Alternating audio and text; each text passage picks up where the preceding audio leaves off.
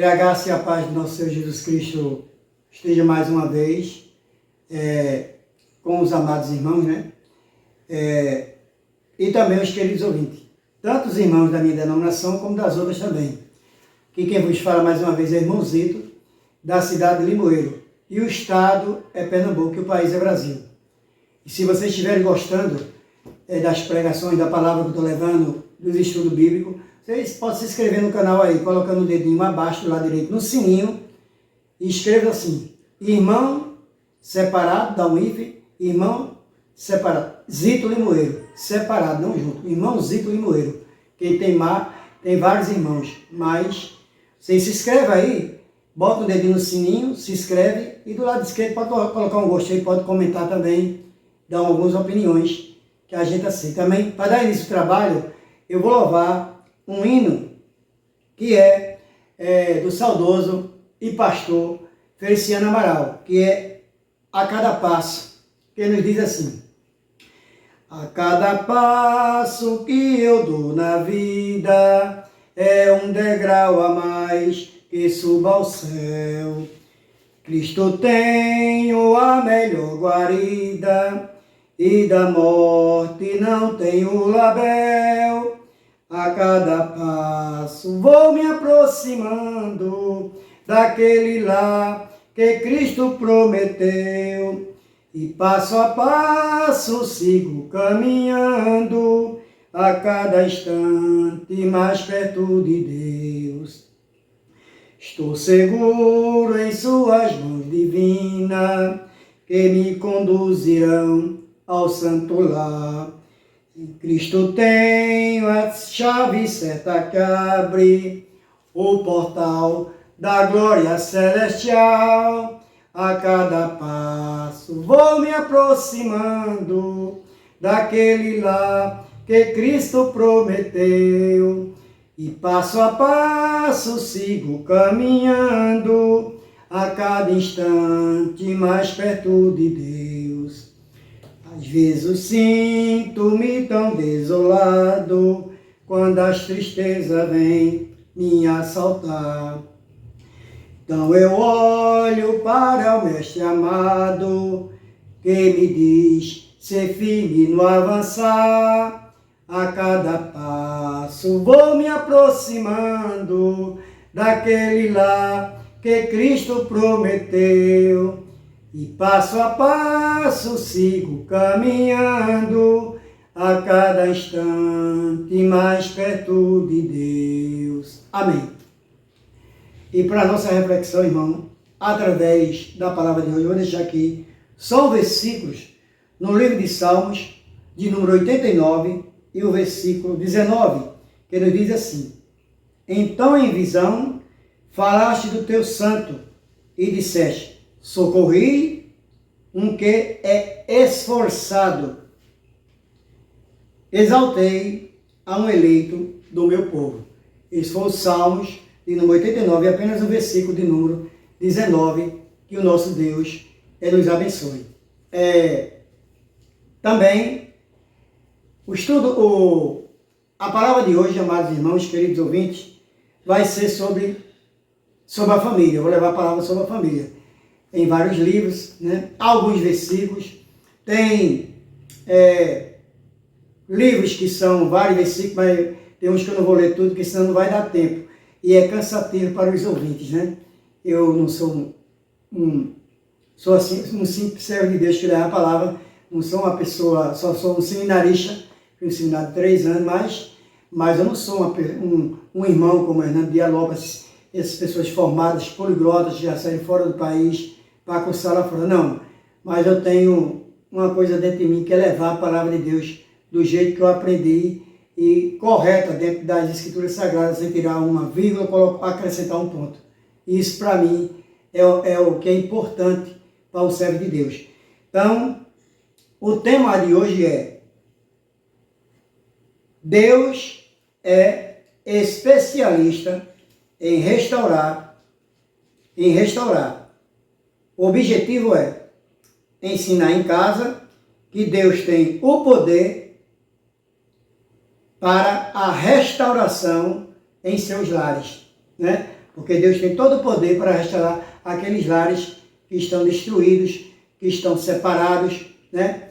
Marido, esposa, filhos contra pai não, separado de pais, pais também com certo orgulho também separado de filhos, etc. E, como eu já li o Salmo número 89, 19, né? Também diz assim, em outra versão, restauramos, ó Senhor Deus dos exércitos, faze resplandecer sobre nós o teu rosto, para que sejamos salvos. Mas aqui, o Salmo 89, 19, é o anterior que eu li. Esse aqui não é o Salmo que eu queria ler. Então diz assim, o trabalho de restauração é sempre complicado e demorado. Muitas obras de arte demoram meses e até anos para voltar a ser as suas características, ter suas características originais. Mas, mesmo com toda a dificuldade que a restauração possa acarretar, vale a pena investir na renovação e reabilitação de algo que é valioso. Exatamente. Eu vou falar aqui das escrituras. Antigamente existia as escrituras escritas em papiros, peles de animais, né? Papiros, peles de animais, e também em outras plantas também em folhas, e às vezes se deteriorava. Mas existia um grupo de servos do Senhor que chamava, era 70 pessoas, 70 pessoas, que quando essas peles elas iam apagando a palavra de Deus, eles pegavam outra pele e escrevia tudo, e quando não escrevia, restaurava aquelas páginas, aquelas peles, aqueles rolos, né, da Escritura Sagrada, para que viesse sempre ficar ali a palavra de Deus do mesmo jeito, sem tirar ou sem colocar algo a mais. E aqui diz, também sabemos que o trabalho de uma arte, de um pintor, por exemplo, como Portinari, né, esses pintores famosos, né, e sabemos que esses pintores, quando eles faziam uma arte, demorava muito para pintar, às vezes até anos para pintar um quadro, que é difícil, e às vezes precisava de renovação, né? Como as casas, tem umas casas de arte no Brasil aqui, que precisam de restaurar, né? Aquelas casas onde fica ali museus de artes, não é? Precisa restaurar. Como agora há pouco o Brasil, ainda essa semana escutei no jornal que o Brasil trouxe um resto de um dinossauro que estava em outro país para fazer de novo aqui, né? Que tinham roubado e tinham levado para lá. Mas eles trouxeram de volta e estão sendo restaurados através daquelas pessoas que são arqueólogos, não é? Então, também diz aqui que vale a pena investir na renovação e habilitação de algo que é valioso, que isso é muito valioso para Deus, porque a família é um projeto de Deus. E é valioso a reabilitação, quando a pessoa está afastada de Deus, o inimigo já destruiu alguns lares, e também nós devemos investir nos nossos familiares. E aqueles que têm sua casa por completo ali, sem o inimigo ter entrado para roubar, matar ou destruir, dê graças a Deus por intermédio de Jesus Cristo, não é? Mas vou deixar aqui, tópico 1. A sua família é preciosa aos olhos de Deus. Exatamente. A família é um projeto antigo e atual de Deus. Ele insistiu desde o princípio, desde Gênesis.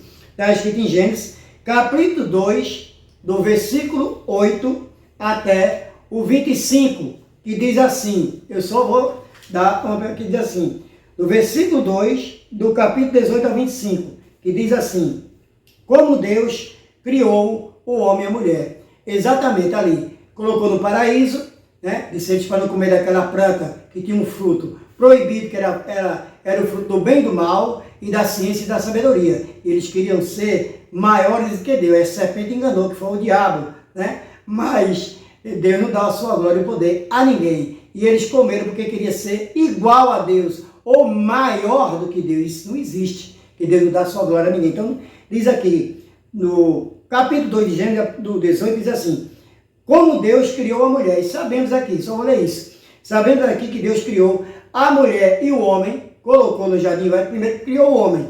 Aí depois fez Adão cair no sono profundo, retirou uma costela de Adão e das entranhas de Adão, e ali fez a varoa chamada Eva, não é, que vem ser a sua esposa, como ele diz aqui, né?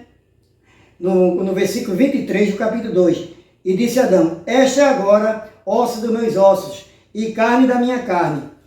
Esta será chamada varoa, porquanto do varão foi tomada. E aqui no versículo 25 e último diz assim: e assim estavam nus o homem e a mulher, e não se vergonhavam. Exatamente. Eles estavam nus ali, porque ainda não tinha pecado, e não se vergonhava diante de Deus. Porque toda tarde Deus falava com eles dois, com Adão e Eva, estava tudo bem. Mas eles ali ainda estavam nus, mas sem vergonha, porque não tinha ainda comido o fruto proibido, e tinha pecado contra o nosso Deus, não é? Mas aqui no versículo 25 diz isso, que eles estavam nus e não se vergonhavam de Deus, porque não tinham comido o fruto proibido ainda e não tinham cometido o pecado. Então, diz aqui: e por isso é tão valiosa a família e o berço de toda a sociedade, e onde aprendemos as bases para conviver, amar. Depois que Adão pecou, aí só viram eles dois. Eles vieram constituir a primeira família no mundo, não é? Sabemos que foi Adão, Eva, Caim e Abel. Sabemos que Caim matou Abel por inveja, porque a oferta de Abel agradeceu, foi mais bem dita aos olhos de Deus, né? E a de Caim não. E por causa disso, Caim matou Abel, o seu irmão, e o sangue jorrou sobre a terra. Quer dizer, jorrou não, sobre a terra ele foi derramado o sangue do irmão.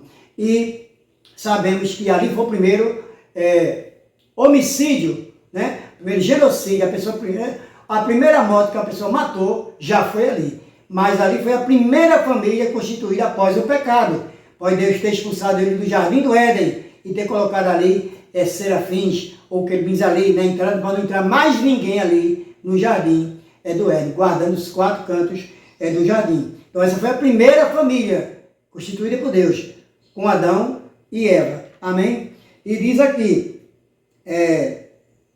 aprendemos as bases para conviver e amar, né? Aqui a família. E no tópico 2, infelizmente, a família é onde aprendemos as bases, quer dizer, o alicerce, né? De um edifício, de uma casa, as bases, o alicerce para conviver e amar. Infelizmente também, a família também é alvo de ataque dos inimigos de Deus. São forças também espirituais, malignas, né? Que tentam destruir os nossos lares. Por isso que diz assim, por isso, vemos tantas famílias destruídas, em ruína e desmoronando, mas Deus restaura o seu lar, porque Ele tem o poder superior sobre tudo. Exatamente. Quando você tiver com problema na sua família, sobre parte de financeira, sobre doenças, não é? Só uma pessoa que Deus guardou, que morreu, né? Que morreu, Deus sempre, Ele tem o poder supremo, Ele é superior a todas as coisas, porque é o nosso Criador de tudo, de todas as coisas, desde árvores, desde de frutos, legumes, animais, qualquer tipo de animais, aves, peixes no mar. Ele criou tudo, o céu, a terra, o mar, e o homem e a mulher também. Por isso que Ele tem o poder sobre todos. Ele é o dono da prata e do ouro, Ele é o dono de tudo. E Deus tem o único poder. Também Ele repassou isso para o seu Filho amado, Jesus Cristo, como está escrito lá no Evangelho de João, capítulo 3, e o versículo 16, que nos diz assim: porque Deus amou o mundo de tal maneira que deu ou mandou o seu Filho unigênito, para todo aquele que crê não pereça, mas tenha a vida eterna. Então, mesmo o inimigo, ele destruindo os lares, se a família quiser ainda uma reconstituição, reconstruir sua família, Deus tem o poder para isso, mas para isso Cada pessoa que tiver um lar destruído tem que dar lugar. Tem que dar lugar e ter vontade, e pedir a Deus, clamar a Deus e orar, e de joelhos e buscar a Deus e ao Senhor Jesus Cristo, que é seu Filho, através do Espírito Santo, que é que faz a transformação em cada ser que precisa ser reabilitado em seus lares. Tópico 2. Deus é especialista em restaurar lares quebrados, é verdade, quebrados ou destituídos, não é? Destruídos. Na Bíblia vamos ver inúmeras histórias de restauração que Deus promoveu nas vidas e nas famílias. Deus faz tudo novo. Ele reforma famílias e constrói sonhos. Realmente, ele renova as famílias e vai construir novos sonhos. E que essas pessoas podem encontrar em Deus, né? É um refrigério para restituir os seus lares e também aqueles sonhos, né? Que ele deseja e almeja ter. Por exemplo, uma pessoa como está aqui na minha frente, meu amigo Alisson, ele estuda e almeja cursar uma faculdade e para Deus propor e proporcionar a ele abrir uma porta de emprego para que ele venha ser bem sucedido, é um menino esforçado. Digo menino, porque para mim é um jovem, esse que está gravando aqui o programa. Eu agradeço a Deus, e ele é esforçado, mas Deus sabe a hora certa, e não é o tempo ainda que ele é jovem, ainda está estudando, para que ele venha ser coluna, obstáculo aqui na família dele, né? E não venha esquecer dos seus pais, mas principalmente que ele não venha esquecer do que Deus fez por ele, que Jesus Cristo vem fazendo por ele, através do entendimento, através do conhecimento, dos estudos, não é, no colégio dele, para que ele venha ter um pouquinho da sabedoria de Salomão, mas agradecer a Deus e a Jesus por tudo que ele tem recebido até hoje. E aqui no livro de Jó, a história de um homem temente a Deus, demonstra como um turbilhão de sofrimento, né? Pode destruir-nos famílias, sonhos, mas o Senhor interferiu na história e restaurou a sorte de Jó. E vamos ler aqui no livro de Jó, não é? Aqui no livro de Jó,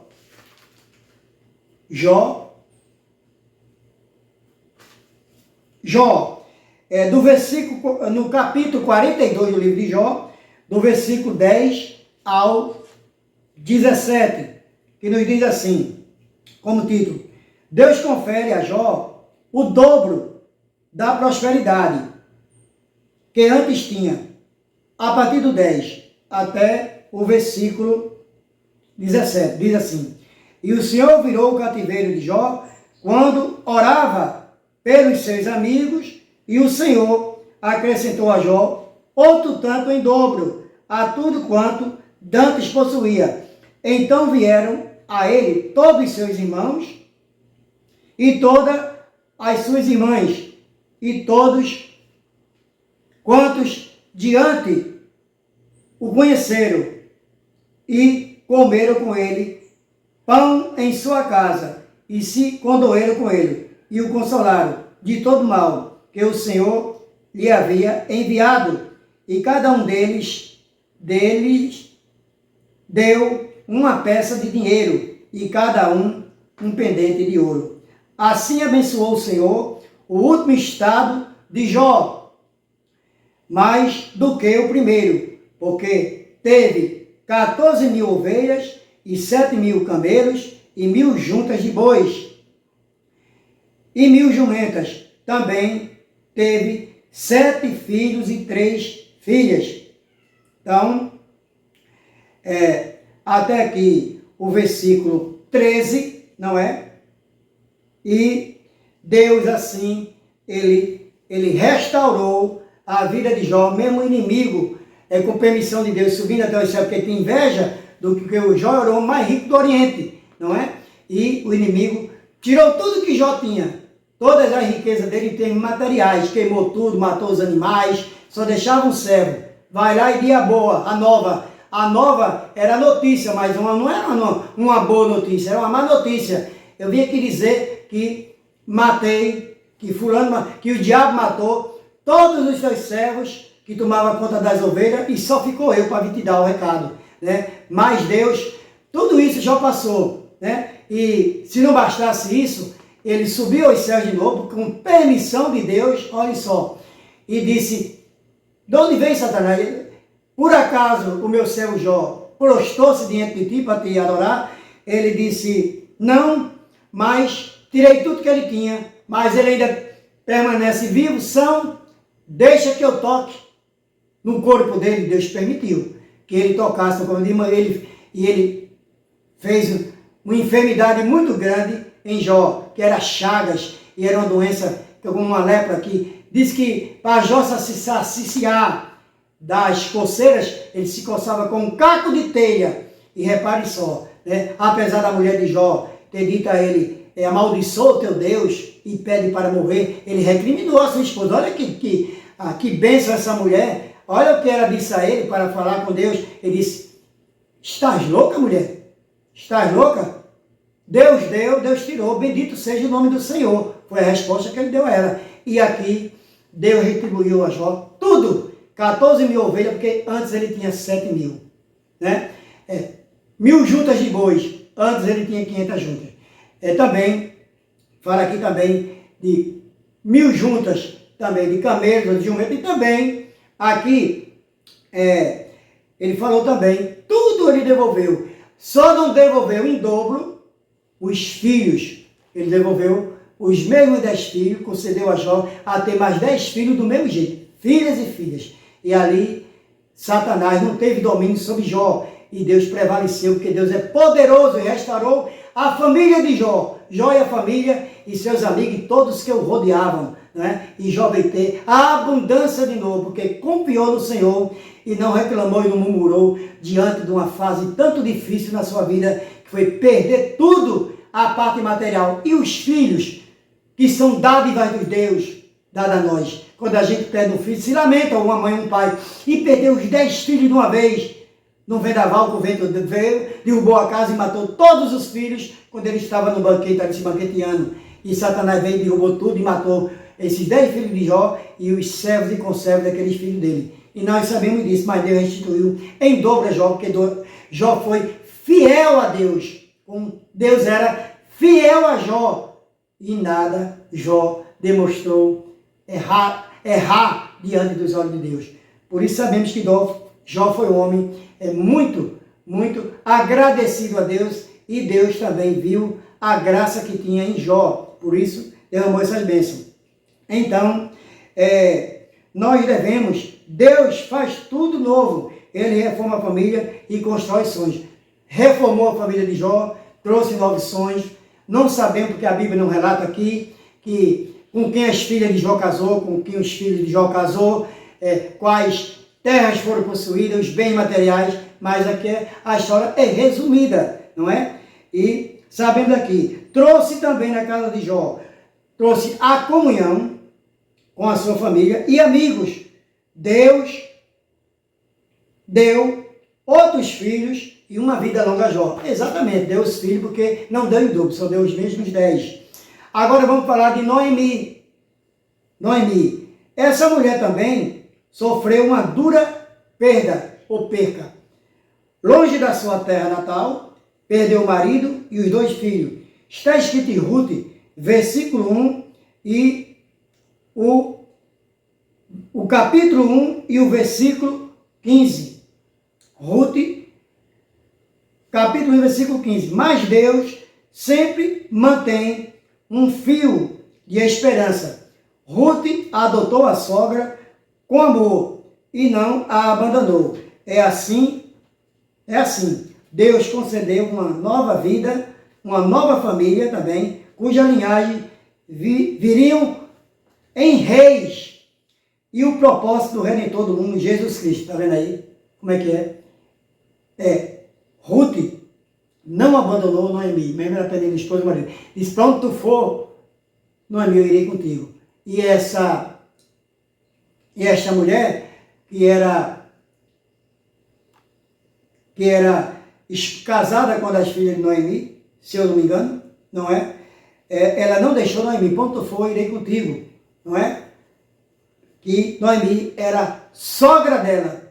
E sabemos que após Jeravé ter uma nova vida restaurada, veio ser formada da linhagem dos reis e do próprio Redentor do mundo, que é Jesus Cristo. Quer dizer, que ela com a nova família, Deus restaurou a família de Noemi. Ruth também casou-se com outra pessoa e veio da linhagem até atingir a linhagem de Jesus. Amém? Está escrito no livro de Ruth, capítulo 1, versículo 15. O irmão pode conferir aí por causa do tempo. E também vamos falar agora de Maria.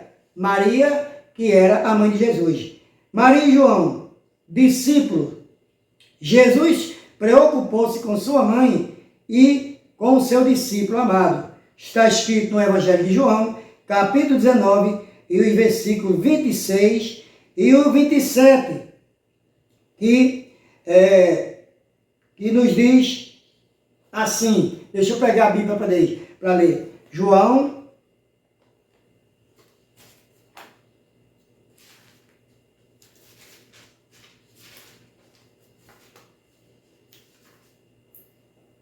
João 19, 26 e 27, que diz assim: Ora, Jesus vendo ali sua mãe, e que o discípulo que ele amava, a quem ele amava tanto, estava presente e disse à sua mãe: Mulher, eis aí o teu filho. Depois disse ao discípulo: Eis aí tua mãe. E desde aquela hora o discípulo a recebeu em casa. Quer dizer que aqui no livro de João, capítulo 19, versículo 26 e 27, o versículo, Jesus deixou a cargo a mãe dele, que era Maria, que ele estava na cruz, e pediu a João, que era o apóstolo mais próximo de Jesus, não é? E pediu para cuidar da mãe dele, e disse assim: Eis aí a tua mãe. Foi assim que o apóstolo também, João, acolheu e atendeu Maria como a mãe, tomou conta dela, porque Jesus pediu a ele, ele era o apóstolo mais chegado a Jesus. Então diz assim, mesmo em sofrimentos da cruz, lá Jesus, em um novo filho, aquela que estava prestes a perder o seu filho unigênito, justamente, que Maria teve o filho dela, o unigênito, e principalmente o Filho de Deus também, unigênito e único. Maria teve o unigênito, filho de Jesus, não é? Era por parte de mãe, mas não por parte de pai, porque o Pai de Jesus é o nosso Deus, que foi o gerador através do Espírito Santo, que gerou Jesus, mas quem coabitou dentro de Maria, Jesus estava ali, e ela veio dar luz a Jesus. Então também era o primogênito, era o primeiro filho que Maria teve. Ela veio ter vários filhos depois com seu esposo, chamado José, qual era namorado ou noivo. Mas Jesus foi o primeiro filho também que Maria teve em carne, e um homem em sua divindade, na carnal e na espiritual, santificado através do Pai Celestial, que é o nosso Deus. Mesmo em sofrimento da cruz, deu um novo filho a ela, que estava prestes a perder o seu primogênito, e deu uma mãe àquele discípulo. Ficaria órfão do Senhor e Mestre. Exatamente, Maria fica órfã porque Jesus morrera lá na cruz, ia ficar órfã do filho, porque ela não tinha filho nenhum. Mas João fez tudo isso para constatar o que Jesus Cristo queria, e não negou a Jesus, e fez conforme o que ele pedia. 3. Creia, mesmo que tudo pareça sem solução. Você tem que crer, mesmo que não tenha solução, é uma causa impossível, eu não posso resolver, essa coisa para mim é impossível, não dá para resolver, mas apele, procure Deus, que Deus, ele é o Deus das causas impossíveis para torná-las possíveis diante da humanidade, e também lá ele é o ser celestial, espiritual também, é conforme o que ele quer. Só que tem uma coisinha, né? É no tempo de Deus. É no tempo dele e não no nosso tempo. O relógio de Deus, como eu sempre digo, o relógio de Deus é diferente do nosso. O tempo do Senhor, de Deus, é diferente do nosso tempo. Temos que aguardar ali, né? Aguardar e esperar, como diz no Salmo 40, versículo 1. Esperei com paciência no Senhor. Ele se inclinou para mim e ouviu o meu clamor. Ainda que você, enfrentando graves crises ou tempestades na sua vida, seja seja no desemprego, seja nas doenças, como eu falei, na separação da família, drogas, brigas, contendas e etc, né? Para Deus, não há coisas impossíveis que Ele não possa tornar possíveis para restaurar qualquer lar de qualquer família, principalmente das criaturas que Ele fez, que somos nós. Nós somos criaturas feitas por Deus. Aqui, irmãozinho que está falando, eu sou separado, porque sou separado do mundo da maneira de falar, mas remido pelo sangue de Jesus Cristo. E diz aqui, mas Ele respondeu as coisas que são impossíveis aos homens, são possíveis a Deus, mas impossíveis aos homens. Palavra de Jesus, aqui, né? Nesse que eu li. Agora, amados irmãos e queridos ouvintes, o Senhor pode trazer paz, reconciliação, né? Abrir portas, transformação, transformar as vidas, as famílias, curar qualquer tipo de doença, desde que seja da vontade dele, né? Porque sabemos que nesse mundo só tem doenças, só tereis aflições, então muita gente passando fome, doenças, maremoto, terremotos, guerra contra guerra, nações, né? Fomes, pestilências, e tudo isso para a gente não se alarmar, não. Não pode se alarmar, porque isso aí é os princípios da dor lá no sermão profético. É o princípio da dor. E vamos ver coisas piores que aí estão. Quem tiver vida e tiver aqui, verá. Eu não sei se Deus vai permitir a mim, mas a vocês que são jovens, como o Alisson aqui tem, eu acho que tem 17 ou 18 anos, ele vai, se Deus der longa vida a ele vai ver em meu lugar, porque eu já sou um velho, com 66 anos vou fazer, não é? Mas aqui, diz também, cura, libertação e salvação para o seu lar. Então, Ele é o que liberta e salva também ao seu lar. Creia no Senhor e busque-o em favor da sua família, como barro nas mãos do oleiro. Assim é nossa família nas mãos de Deus. Aí vem Jeremias capítulo 8, do versículo 2 até o versículo 6. Deixa eu ver se dá para eu ler aqui. Jeremias 8. Jeremias 8, do capítulo 2 ao 6, que nos diz assim: E expô-los-ão ao sol, e à lua, e a todo exército do céu, a quem tinham amado, e a quem tinham servido, e após quem tinham ido, e a quem tinham buscado, e diante de quem se tinham prostrado.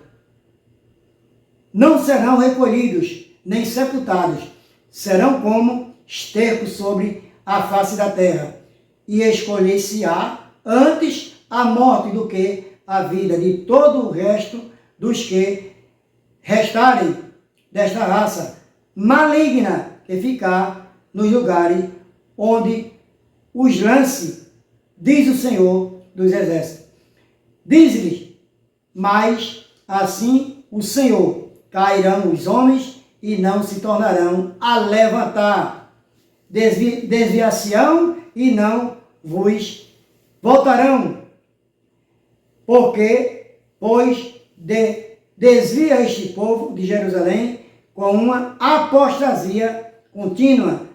Retém o engano, não quer voltar. E escutei e ouvi, não falam o que é reto, ninguém a que se arrependa da sua maldade, dizendo: que fiz eu? Cada um se desvia na sua carreira, como um cavalo que arremete com ímpeto e na batalha. Então a gente está vendo aqui, né, no livro de Jeremias, no capítulo 2, o capítulo 8, do versículo 2 ao 6, que é um pouquinho a mais. Então vem aqui, né? Fala até de apostasia. Apostasia é aquele que nega a fé, né? Que nega Jesus. Por isso que a família está aí destituída, dando lugares, né, ao inimigo, em vez de dar lugares à palavra de Deus, procurar uma Bíblia, estudar, ler, né? Procurar uma pessoa que entenda um pouco mais para repassar isso para eles. Aí eles estavam dando lugar a Deus. Não é um apóstolo. Apóstolo é todo aquele que não crê que existe Jesus, que existe o nosso Deus, o Espírito Santo, é chamado de apóstata. Apostasia é isso, é negação da fé. Negar que Cristo veio ao mundo pela primeira vez. Negar que existe um Deus Todo-Poderoso que está no alto dos céus. Negar que tem o Espírito Santo, que é o nosso Consolador, que Deus deixou.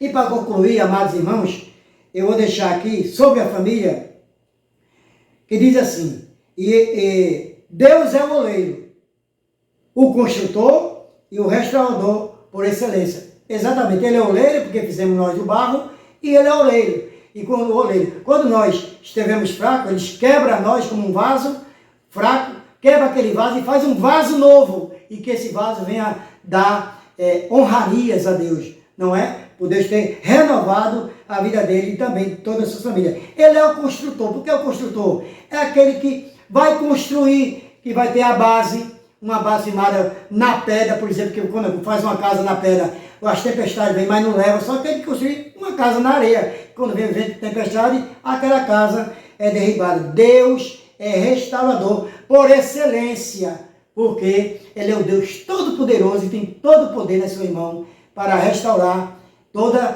as vidas, né, e todas as famílias que estão no mundo.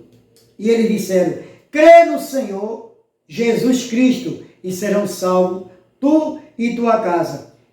E ele é o Salvador fiel, pode ajudar as suas famílias e recompor, conforme está escrito também em Salmos 37, versículo 5, que nos diz assim, entrega o teu caminho ao Senhor, confia nele e tudo ele fará, ou mais ele fará. Se a gente não confiar e entregar os nossos problemas, os nossos caminhos na mão de Deus e de Jesus, em que a gente vai confiar? No homem? Porque a Bíblia diz assim, maldito o homem que confia no outro e faz do seu braço escárnio. A gente tem que confiar em Deus e em Jesus. E diz aqui ainda, o teu caminho, diz assim, no teu caminho, a sua casa nas mãos sábias e poderosas do Pai Celestial, elas que podem restaurar e fazer tudo novo na sua vida e família. Não despreze o seu lar, mas ore, cuide e zele pela sua família. Está escrito em 1 Timóteo, capítulo 2, 1 Timóteo, capítulo 5 e o versículo 8, se eu não me engano. 1 Timóteo, capítulo 5 e o versículo 8, que nos diz assim, mas se alguém não tem cuidado dos seus e principalmente dos da sua família, negou a fé. É um apóstolo, negou a fé de Cristo e de Deus.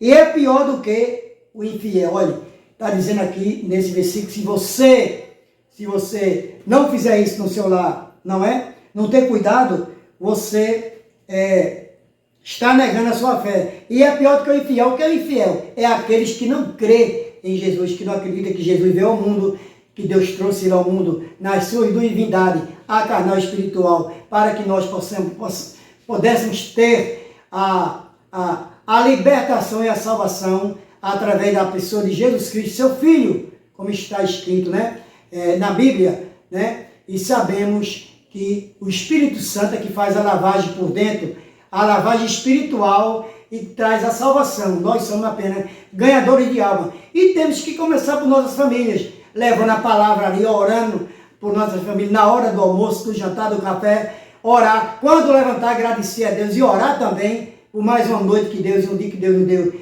de vida e de paz, e uma noite de descanso que Ele vela nossos corpos. À noite, Deus é bom, irmão. Jesus Cristo também é bom. Mas se alguém não tem cuidado, como eu disse, esse é o versículo, dos seus e principalmente dos da sua família, negou a fé, e pior, ele é pior do que o infiel. É pior do que os ímpios, irmão. Nós somos ovelhas escolhidas por Deus. Somos galhos verdes da videira que é Jesus. Galhos verdes que terão que dar frutos bons, quando a gente ganhar. Não galho seco, que só vai servir para ser retirado e ser jogado no fogo para ser queimado. Então, amados irmãos, queridos ouvintes, esse foi a palavra do irmãozito que trouxe hoje, no dia 17 de junho de 2023, nesse sábado. Que o nosso Deus nos abençoe a todos, amados ouvintes, queridos irmãos, que Que Deus possa dar a vocês longanimidade de vida nesses dias tão tribulados que nós vivemos. Esta foi a palavra de hoje. Em nome de Deus e em nome de Jesus. Amém.